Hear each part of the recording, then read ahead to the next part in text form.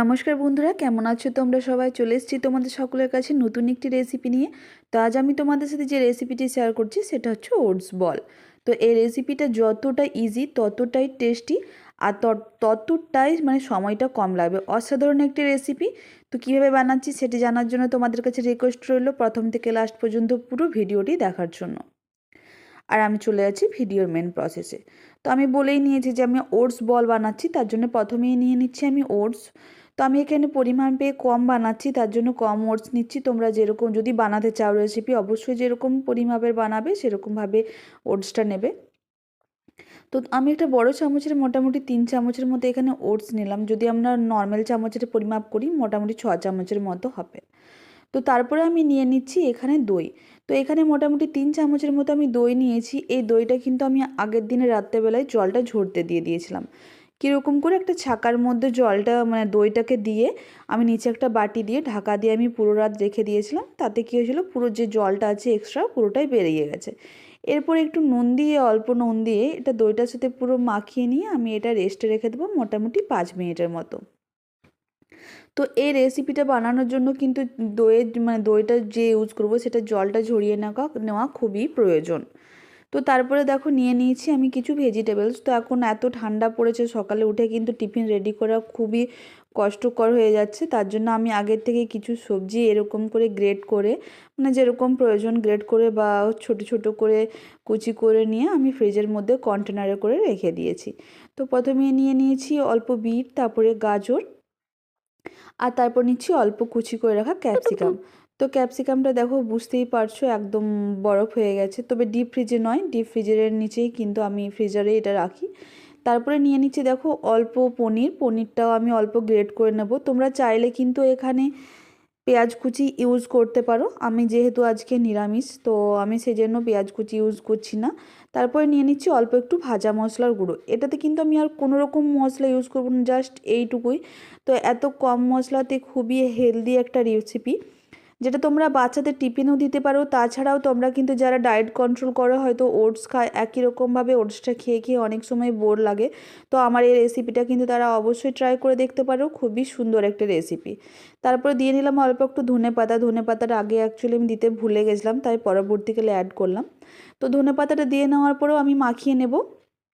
তারপর হাতে নিয়ে নিচ্ছি অল্প একটু তেল, যাতে হাতে না লাগে। তারপর আমি এটা বলের মতো আকারে ছোট ছোট করে বানিয়ে নেব। তো যে দইয়ের যে জলটা ছড়িয়ে নিতে বলেছিলাম, এই কারণে যদি জলটা আমরা পুরোপুরি দিই তাহলে কিন্তু এই বলগুলো রেডি করতে পারা যাবে না, খুবই নরম হয়ে যাবে। তাই জলটা কিন্তু যদি রেসিপিটা বানাও, জলটা অবশ্যই এরকমভাবে পুরো রাত আগের দিনে দইটা ছাকার মধ্যে দিয়ে নিচে একটা বাটি দিয়ে রেখে দেবে। জলটা পুরো কিন্তু এক্সট্রা জলটা দইয়ে ঝরে যাবে।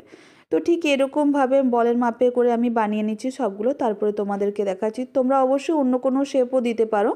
তো দেখো সবগুলোই বানিয়ে নেওয়া হয়ে গেছে, আমার মোটামুটি 8টার মতো রেডি হয়েছে। তো এরপর চলে যাবে এগুলো ভাজার প্রসেসে। তো আমি নিয়ে নিচ্ছি আপে প্যান, যার মধ্যে অল্প একটু তেল ব্রাশ করে নিচ্ছি। আমি এখানে কিন্তু বাটার ইউজ করছি না, আমি তেল ব্রাশ করছি, কারণ খুব ঠান্ডা পড়ে গেছে। বাটারটা দেওয়ার ফলে কি হচ্ছে, অনেক সময় জমে যাওয়ার চান্স থাকে, তো খেতে খুব একটা বেশি টেস্ট লাগবে না, ওই জন্য আমি এটার মধ্যে তেল ইউজ করলাম। তো যাদের কাছে আপে প্যান নেই তারা কিন্তু এটা যে কোনো প্যানের মধ্যেই তেল দিয়ে কিন্তু ভেজে নিতে পারো, বা চাইলে ডিপ ফ্রাইও করে নিতে পারো। তো আমার কাছে যেহেতু আপে প্যান ছিল, তার জন্য আমি আপে প্যানেই বানিয়ে নিলাম। তো এরকমভাবে ঢাকা দিয়ে উল্টে পাল্টে আমি ভালো করে একটুক্ষণ করে ভেজে নেব।